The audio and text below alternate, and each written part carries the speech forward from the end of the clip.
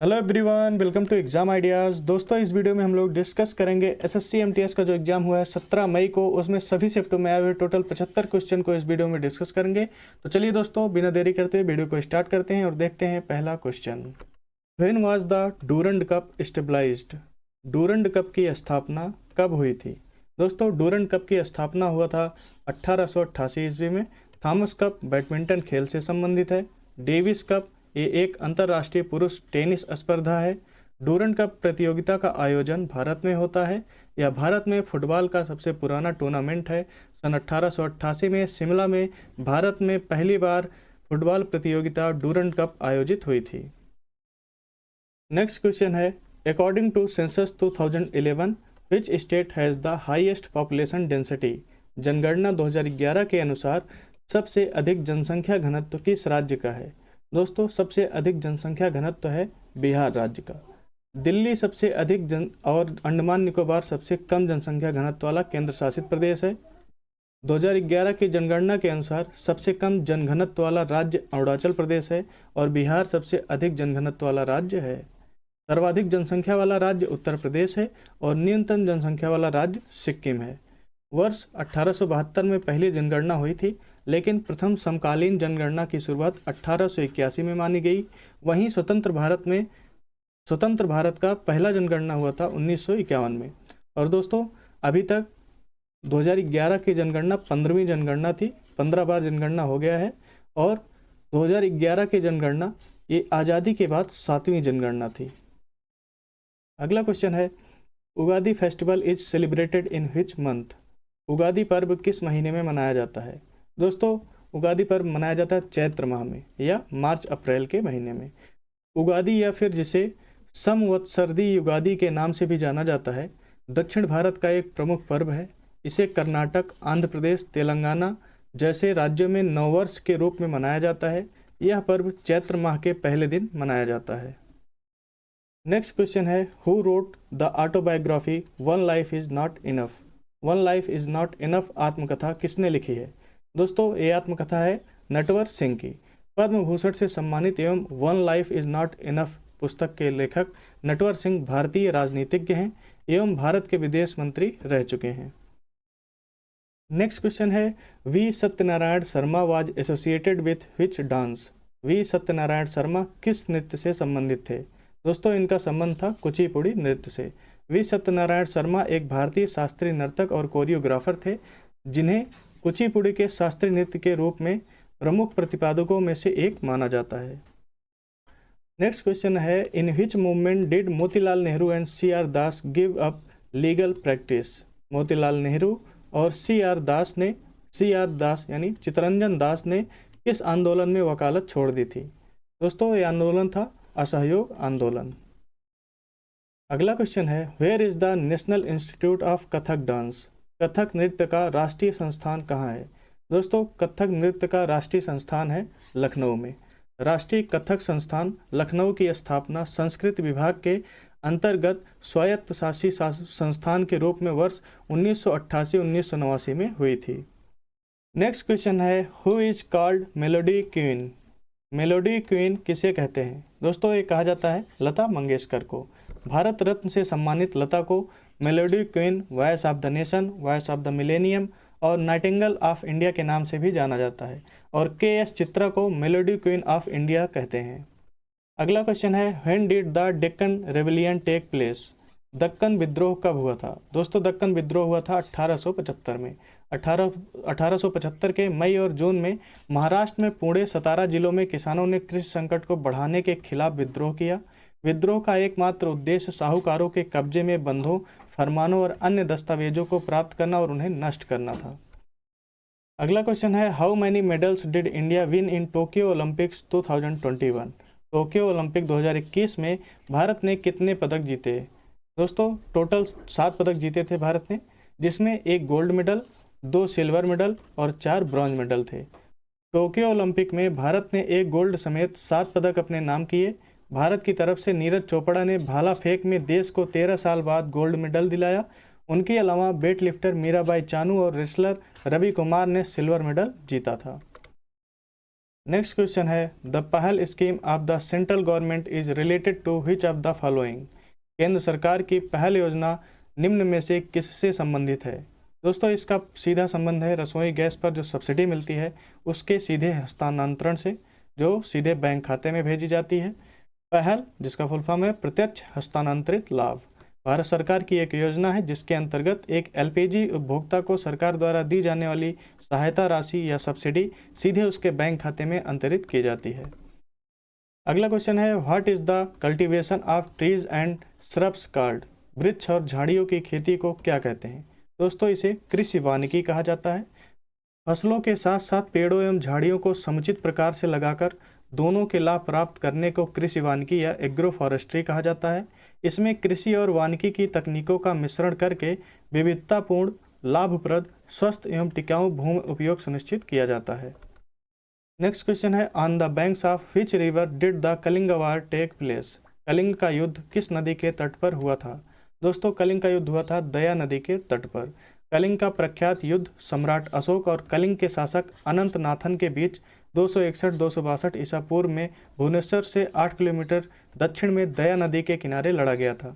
कलिंग उस समय ओडिशा, आंध्र कलिंग, छत्तीसगढ़, झारखंड और बंगाल और मध्य प्रदेश के कुछ हिस्सों में स्थित था।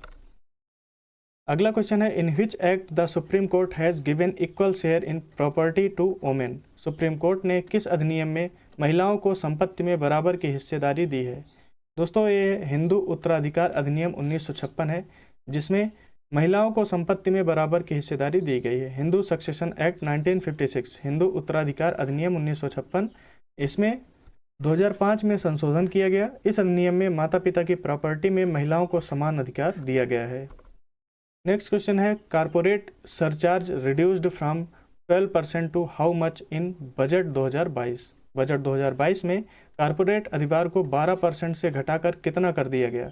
दोस्तों इसको 12% से घटाकर 7% कर दिया गया। वित्त मंत्री ने सहकारी समितियों पर अधिभार की दर को 12% से घटाकर 7% करने का प्रस्ताव दिया था। अगला क्वेश्चन है who founded the Rashtrakuta dynasty. Rashtrakuta वंश की स्थापना किसने की थी। दोस्तों राष्ट्रकूट वंश की स्थापना की थी दंती दुर्ग ने। राष्ट्रकूट वंश की स्थापना 8वीं सदी में दंती दुर्ग द्वारा की गई थी। दंती दुर्ग ने 752 ईस्वी में चालुक्य वंश के शासक कीर्तिवर्मन को पराजित करके स्वतंत्र राष्ट्रकूट राज्य की स्थापना की थी। नेक्स्ट क्वेश्चन है Pakistan is located on which side of India. Pakistan Bharat के किस ओर स्थित है। दोस्तों पाकिस्तान भारत के उत्तर पश्चिम में स्थित है। पाकिस्तान भारत के उत्तर पश्चिम में स्थित है।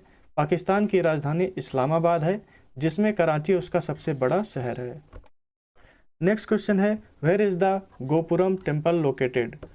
गोपुरम मंदिर कहाँ है। गोपुरम मंदिर कहाँ पर है। दोस्तों गोपुरम मंदिर है तमिलनाडु में। एक गोपुरम या गोपुर एक हिंदू मंदिर में प्रवेश द्वार पर एक स्मारकीय प्रवेश द्वार है जो आमतौर पर अलंकृत होता है। चिदम्बरम नटराज मंदिर भगवान नटराज को समर्पित एक हिंदू मंदिर है जो नृत्य के स्वामी के रूप में भगवान शिव के रूपों में से एक है। यह मंदिर चिदम्बरम जो तमिलनाडु में है भारत में स्थित है। नेक्स्ट क्वेश्चन है which is the article related to culture and education. संस्कृति और शिक्षा संबंधी अनुच्छेद कौन सा है। दोस्तों संस्कृति और शिक्षा से संबंधित अनुच्छेद है अनुच्छेद 29 व 30। कल्चरल एंड एजुकेशनल राइट्स के लिए मूल संविधान में दो अनुच्छेद 30, 29 और 30 को रखा गया है जिसके अनुसार सभी को अपनी संस्कृति का पालन करने, उसका प्रचार प्रसार करने तथा अनिवार्य बुनियादी शिक्षा पाने का मौलिक अधिकार प्रदान किया गया है। नेक्स्ट क्वेश्चन है what is the instrument use to measure rain.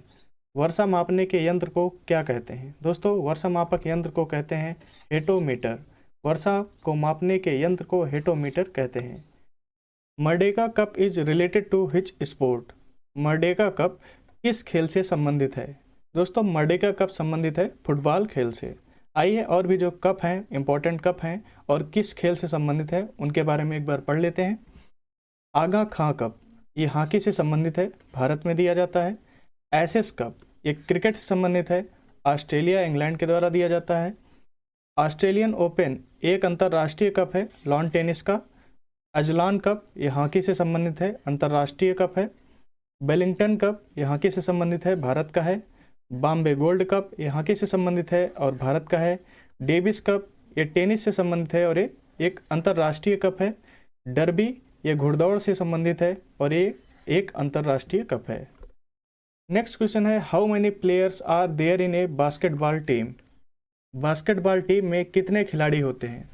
दोस्तों बास्केटबॉल टीम में टोटल 5 खिलाड़ी होते हैं एक टीम में। आइए जो और भी खेल हैं उनमें कितने खिलाड़ी एक टीम में होते हैं पढ़ लेते हैं एक बार। बेसबॉल है, इसमें 9 खिलाड़ी होते हैं। रग्बी फुटबॉल, इसमें 15 खिलाड़ी होते हैं। पोलो में 4 खिलाड़ी होते हैं। वाटर पोलो में 7, खो खो में 7 खिलाड़ी होते हैं। खो खो में 9 खिलाड़ी होते हैं। कबड्डी में 7 खिलाड़ी होते हैं। हॉकी में और फुटबॉल में, क्रिकेट में, इन तीनों में 11-11 प्लेयर होते हैं। नेटबॉल में 7 प्लेयर होते हैं। वॉलीबॉल में 6 प्लेयर होते हैं। टेनिस में 1 या 2 प्लेयर होते हैं। टेबल टेनिस में 1 या 2 प्लेयर होते हैं। बास्केटबॉल में 5 प्लेयर होते हैं। बॉक्सिंग में 1 खिलाड़ी होता है। ताश के खेल में 2 खिलाड़ी होते हैं। लॉन टेनिस में भी 1 या 2 प्लेयर होते हैं। चेस के खेल में 2 प्लेयर होते हैं और स्नूकर में 1 प्लेयर होता है। चलिए देखते हैं अगला question. Kamala Rani was awarded the Padma Bhushan award, she was related to which dance form. Kamala Rani को पद्म भूषण पुरस्कार से सम्मानित किया गया था, वे किस नृत्य शैली से संबंधित थी। दोस्तों उनका संबंध कथक से है, कथक नृत्य शैली से संबंधित थी कमला रानी। नेक्स्ट क्वेश्चन है, in which year the census started in India. Bharat में जनगणना किस वर्ष शुरू हुआ था। दोस्तों भारत में जनगणना 1872 से शुरू हुआ था। वर्ष 1872 में पहली जनगणना हुई थी, लेकिन प्रथम समकालीन जनगणना की शुरुआत 1881 में मानी जाती है। वहीं स्वतंत्र भारत में वर्ष 1951 में पहली जनगणना हुई थी। दिल्ली सबसे अधिक और अंडमान निकोबार सबसे कम जनसंख्या घनत्व वाला केंद्र शासित प्रदेश है। 2011 की जनगणना के अनुसार है ये सब। और 2011 की जनगणना के अनुसार सबसे कम जनघनत्व वाला राज्य अरुणाचल प्रदेश है और बिहार सबसे अधिक जनसंख्या घनत्व वाला राज्य है। और सर्वाधिक जनसंख्या वाला राज्य उत्तर प्रदेश है और न्यूनतम जनसंख्या वाला राज्य सिक्किम है। नेक्स्ट क्वेश्चन है, हु बिल्ट द हवा महल। हवा महल किसने बनवाया था। दोस्तों हवा महल बनवाया था महाराजा सवाई प्रताप सिंह ने। हवा महल भारतीय राज्य राजस्थान की राजधानी जयपुर में एक राजसी महल है। इसे सन 1799 में राजस्थान जयपुर बड़ी चौपड़ पर महाराजा सवाई प्रताप सिंह ने बनवाया था और इसे किसी राजमुकुट की तरह वास्तुकार लालचंद उस्ता के द्वारा डिजाइन किया गया था। नेक्स्ट क्वेश्चन है, famous musician Annapurna Devi is associated with which musical instrument. प्रसिद्ध संगीतकार अन्नपूर्णा देवी किस वाद्य यंत्र से जुड़ी हैं। दोस्तों ये जुड़ी हैं सुरबहार वाद्य यंत्र से। अन्नपूर्णा देवी जिनका जन्म 23 अप्रैल 1927 को हुआ था और इनकी डेथ हुई थी 13 अक्टूबर 2018 को, भारत की एक प्रमुख संगीतकार थी। यह सुरबहार वाद्य यंत्र की प्रसिद्ध वादक थी। मैहर घराना के संस्थापक अलाउद्दीन खान की बेटी और शिष्या थी। नेक्स्ट क्वेश्चन है, which ruler assumed the title of Devaputra. देवपुत्र की उपाधि किस शासक ने धारण किया था। दोस्तों कनिष्क था जिसने देवपुत्र की उपाधि धारण की थी। कनिष्क कुषाण वंश का सबसे महान राजा था जिसने भारतीय उपमहाद्वीप के उत्तरी भाग, अफगानिस्तान और संभवतः कश्मीर के क्षेत्र, उत्तर में मध्य एशिया के क्षेत्रों पर शासन किया था। उनके पास देवपुत्र की उपाधि थी जिसका अर्थ होता है ईश्वर का पुत्र। नेक्स्ट क्वेश्चन है, who is the author of the book India at risk. India at risk नामक पुस्तक के लेखक कौन है। दोस्तों इंडिया एट रिस्क पुस्तक के लेखक हैं जसवंत सिंह। नेक्स्ट क्वेश्चन है, where is the Khajuraho dance festival held. Khajuraho नृत्य उत्सव कहाँ आयोजित किया जाता है। दोस्तों खजुराहो नृत्य उत्सव ये मध्य प्रदेश में आयोजित किया जाता है। यदि आपको पता होता कि खजुराहो के मंदिर कहाँ है मध्य प्रदेश में, तो आप इससे भी इसका सही आंसर लगा सकते थे। खजुराहो नृत्य समारोह मध्य प्रदेश के पश्चिमी समूह खजुराहो में मनाया जाता है।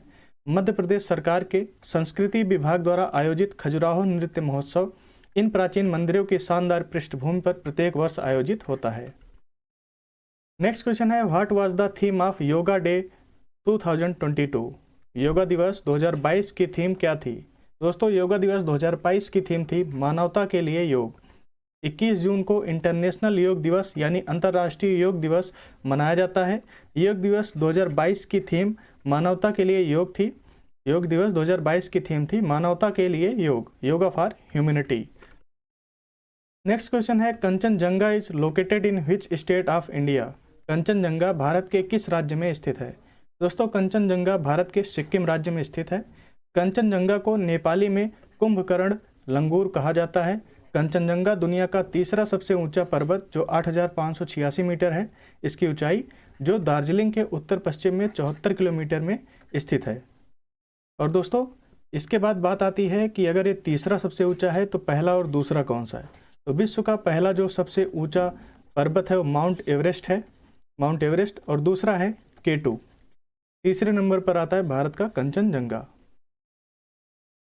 नेक्स्ट क्वेश्चन है, in which article opening of schools for minorities is given.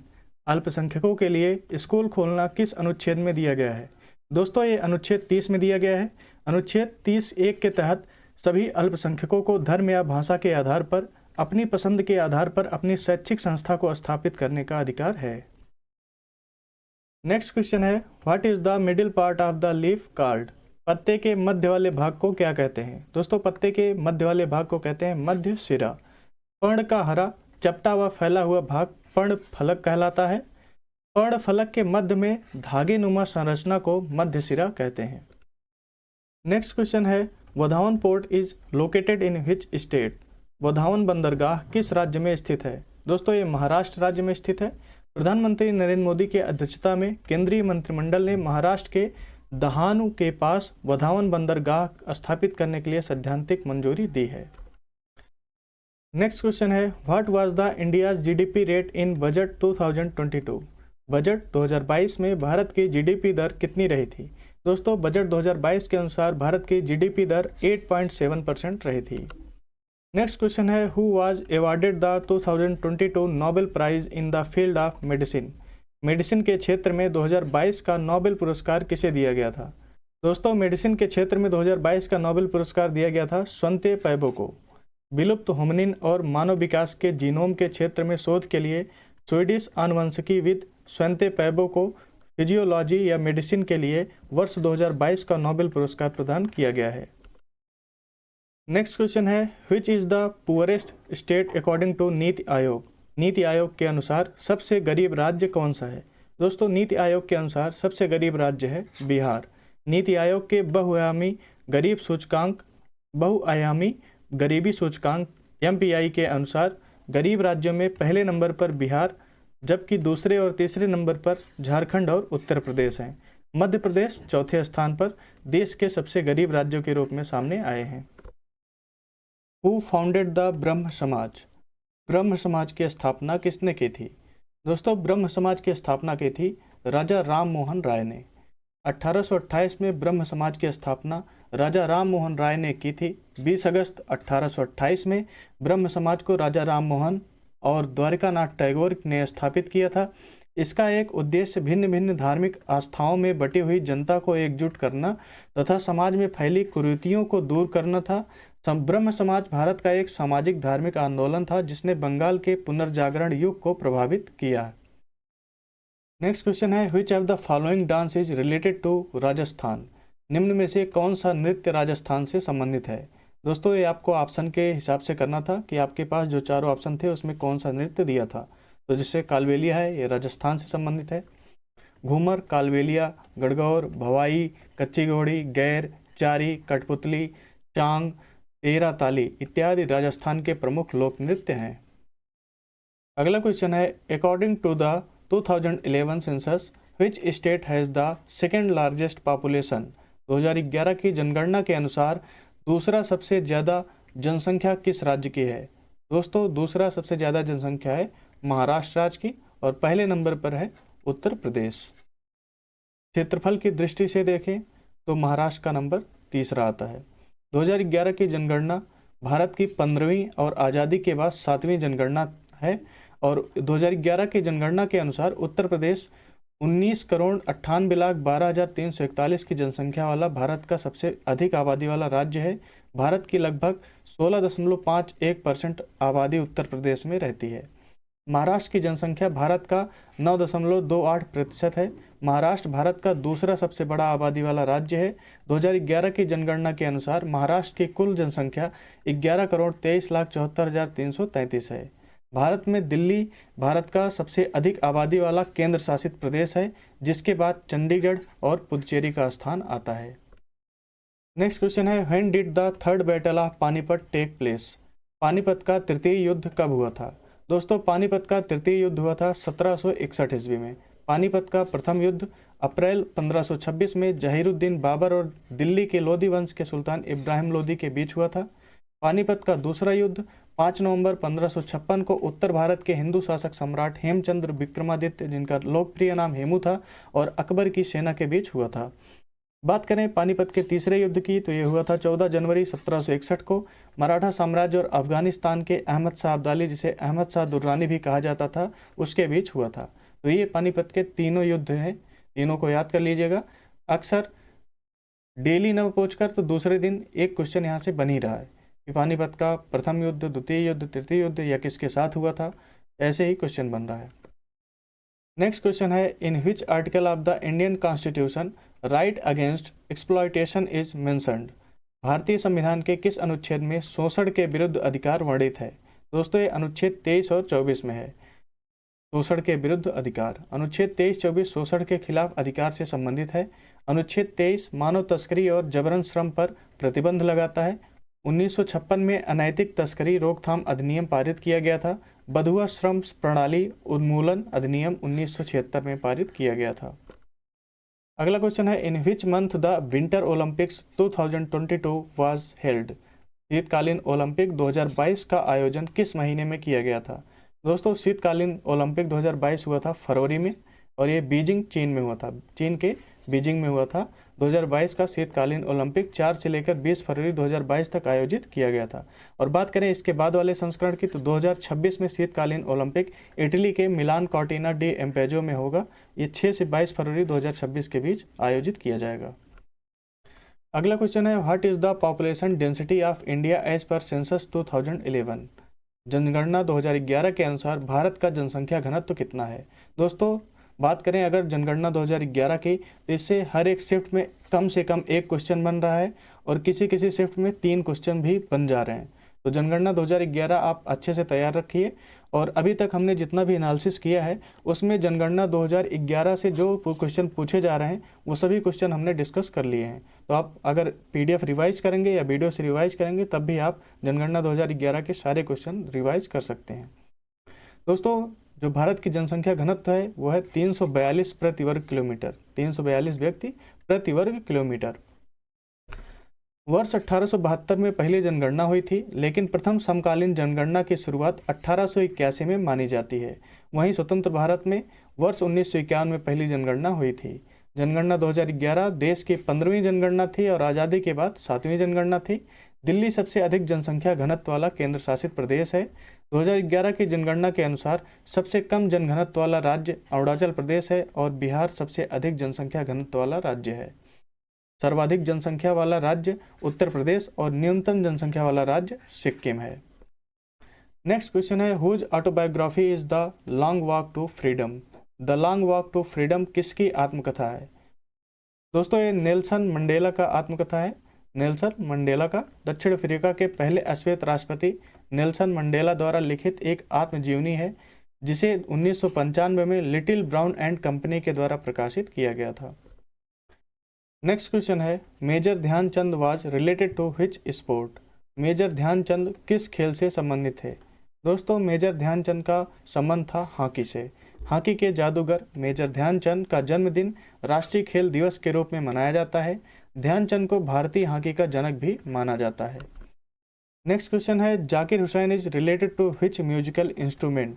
Zakir Hussain का संबंध किस वाद्य यंत्र से है? दोस्तों इनका संबंध है तबला से, क्योंकि ये तबला वादक हैं। उस्ताद जाकिर हुसैन, जिनका जन्म 9 मार्च 1951 को हुआ था, भारत के सबसे प्रसिद्ध तबला वादक हैं। नेक्स्ट क्वेश्चन है, Ayushman Bharat was launched by which ministry? Ayushman Bharat किस मंत्रालय ने लॉन्च किया था? दोस्तों आयुष्मान भारत लॉन्च किया था स्वास्थ्य और परिवार कल्याण मंत्रालय ने। आयुष्मान भारत योजना या प्रधानमंत्री जन आरोग्य योजना भारत सरकार की एक स्वास्थ्य योजना है, जिसे 23 सितंबर 2018 को पूरे भारत में लागू किया गया था। इस योजना का उद्देश्य आर्थिक रूप से कमजोर लोगों, BPL धारक जो हैं, को स्वास्थ्य बीमा मुहैया कराना है। इसके अंतर्गत आने वाले प्रत्येक परिवार को 5 लाख तक का कैश रहित भी स्वास्थ्य बीमा उपलब्ध कराया जाएगा। इस योजना को प्रधानमंत्री नरेंद्र मोदी ने 14 अप्रैल 2018 को भीमराव अंबेडकर की जयंती जो 14 अप्रैल को होती है, इस दिन झारखंड के रांची जिले से आरंभ किया था। अगला क्वेश्चन है, article 370 was removed from which state? अनुच्छेद 370 को किस राज्य से हटाया गया था? दोस्तों, जम्मू कश्मीर से हटाया गया था अनुच्छेद 370 को। जम्मू कश्मीर को अनुच्छेद 370 और 35A द्वारा दिए गए विशेष दर्जे को हटाने के लिए संसद ने 5 अगस्त 2019 को मंजूरी दे दी थी। अगला क्वेश्चन है, who started Amravati art? Amravati कला की शुरुआत किसने की थी? दोस्तों, अमरावती कला की शुरुआत की थी ऐहोल राजवंश शासक सातवाहन ने। अमरावती कला का विकास ऐहोल राजवंश शासक सातवाहन द्वारा विकसित शैली है। इस शैली में बुद्ध के विहारों को बताया गया है। यह शैली कृष्णा और गोदावरी नदियों के किनारे विकसित हुई है। नेक्स्ट क्वेश्चन है, who was the choreographer of the song Mohe Rang Do Laal who got Padma Vibhushan in 1986? Mohe Rang Do Laal गाना के कोरियोग्राफर कौन थे जिन्हें 1986 में पद्म विभूषण मिला था? दोस्तों, ये थे बिरजू महाराज। एक कथक डांसर हैं और उत्तर प्रदेश से आते हैं।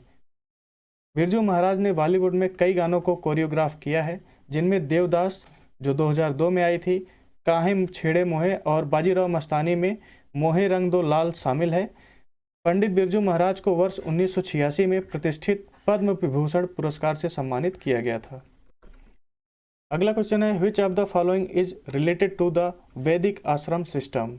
निम्नलिखित में से कौन वैदिक आश्रम व्यवस्था से संबंधित है? दोस्तों, इसका सही ऑप्शन नहीं मिल पाया है, या सही बोले तो ये सही क्वेश्चन ही नहीं मिल पाया है, लेकिन वैदिक आश्रम व्यवस्था से संबंधित आया था। तो वैदिक जीवन 4 आश्रम और 4 वर्णों पर केंद्रित व्यवस्था व प्रणाली है, जिसमें ब्रह्मचर्य, गृहस्थ, वानप्रस्थ और संन्यास, यह 4 आश्रम है। हो सकता है आपसे पूछा गया हो कि इनमें से कौन सा वैदिक आश्रम व्यवस्था नहीं है, ये जो 4 आश्रम है इनमें से कौन सा नहीं है? तो 3 तो सही रहे होंगे, एक दूसरा कोई दिया रहेगा इन चारों के अलावा, तो वही आपका राइट आंसर बनता। और शूद्र, वैश्य, क्षत्रिय और ब्राह्मण यह 4 वर्ण कहलाते हैं। अगला क्वेश्चन है, who is the chief of the 3 आर्मीज? तीनों सेनाओं का प्रमुख कौन होता है? दोस्तों, तीनों सेनाओं का प्रमुख होता है भारत का राष्ट्रपति। भारत में तीनों सेनाओं जल, थल और नभ का प्रमुख भारत के राष्ट्रपति होते हैं। भारत के राष्ट्रपति जो थल सेना, जल सेना और वायु सेना तीनों सेनाओं के सर्वोच्च कमांडर होते हैं। अगला क्वेश्चन है, regur soil is also known as? Regur मिट्टी को अन्य किस नाम से जाना जाता है? दोस्तों, रेगुर मिट्टी को काली मिट्टी के नाम से भी जाना जाता है। काली मिट्टी का रंग काला होता है और इसे रेगुर मिट्टी के नाम से भी जाना जाता है। क्योंकि यह कपास उगाने के लिए उपयुक्त है, इसलिए इसे कपास मिट्टी भी कहा जाता है। नेक्स्ट क्वेश्चन है, what is the study of cells called? कोशिका का अध्ययन क्या कहलाता है? दोस्तों, कोशिका के अध्ययन को कहते हैं साइटोलॉजी। कोशिकाओं का अध्ययन कोशिका विज्ञान, साइटोलॉजी या कोशिका जैविकी, सेल बायोलॉजी कहलाता है। नेक्स्ट क्वेश्चन है, what type of mountain is the Himalayas? Himalaya किस प्रकार का पर्वत है? दोस्तों, हिमालय वलित पर्वत का उदाहरण है। हिमालय एक वलित पर्वत का उदाहरण है जिसके निर्माण का इतिहास करोड़ों वर्ष पुराना है। यह 5 देशों की सीमाओं से लगता है, जिनके नाम भारत, पाकिस्तान, चीन, नेपाल और भूटान है। नेक्स्ट क्वेश्चन है, in which year was the 76th independence day of India celebrated? Bharat का 76वां स्वतंत्रता दिवस किस वर्ष मनाया गया था? दोस्तों, ये मनाया गया था 2022 में। भारत का स्वतंत्रता दिवस जो 76वां मनाया गया, ये 2022 में मनाया गया। वैसे तो 75 साल पूरे हुए हैं आज़ादी के 2022 में, लेकिन जो आज़ादी मनाई गई, वो स्वतंत्रता दिवस मनाया गया, वो 76वां था। नेक्स्ट क्वेश्चन है, when did Surat partition happen? Surat विभाजन कब हुआ था? दोस्तों, सूरत विभाजन हुआ था 1907 में। सन 1907 में भारतीय राष्ट्रीय कांग्रेस का अधिवेशन सूरत में हुआ, जिसमें कांग्रेस गरम दल और नरम दल नामक 2 दलों में बंट गई। इसी को सूरत विभाजन कहते हैं। 1907 के अधिवेशन की अध्यक्षता रास बिहारी घोष ने की थी। नेक्स्ट क्वेश्चन है, what is the thick fluid that comes out of A volcano called? ज्वालामुखी से जो मोटा तरल पदार्थ निकलता है उसे क्या कहते हैं? दोस्तों, उसे लावा कहते हैं। मैग्मा चट्टानों का पिघला हुआ रूप, जिसकी रचना ठोस, आधी पिघली अथवा पूरी तरह पिघली चट्टानों के द्वारा होती है और जो पृथ्वी के सतह के नीचे निर्मित होता है, मैग्मा के बाहर निकलने वाले रूप को लावा कहते हैं। दोस्तों इन सभी क्वेश्चनों को आप अगर पीडीएफ से पढ़ना चाहते हैं तो पीडीएफ से पढ़ सकते हैं, जिसको डाउनलोड करने के लिए आपको हमारे टेलीग्राम चैनल से जुड़ना पड़ेगा। तो उसका लिंक डिस्क्रिप्शन बॉक्स में पड़ा हुआ है, और आप @examideas लिख कर भी सर्च कर सकते हैं टेलीग्राम पर, वहाँ से भी चैनल को ज्वाइन कर सकते हैं। और दोस्तों अभी तक आपने हमारे यूट्यूब चैनल को सब्सक्राइब नहीं किया है, सब्सक्राइब कर लीजिए। और वीडियो पसंद आया दोस्तों तो वीडियो को लाइक कीजिए, दोस्तों के साथ शेयर कीजिए। हम मिलते हैं आपसे नेक्स्ट वीडियो में, तब तक के लिए धन्यवाद दोस्तों।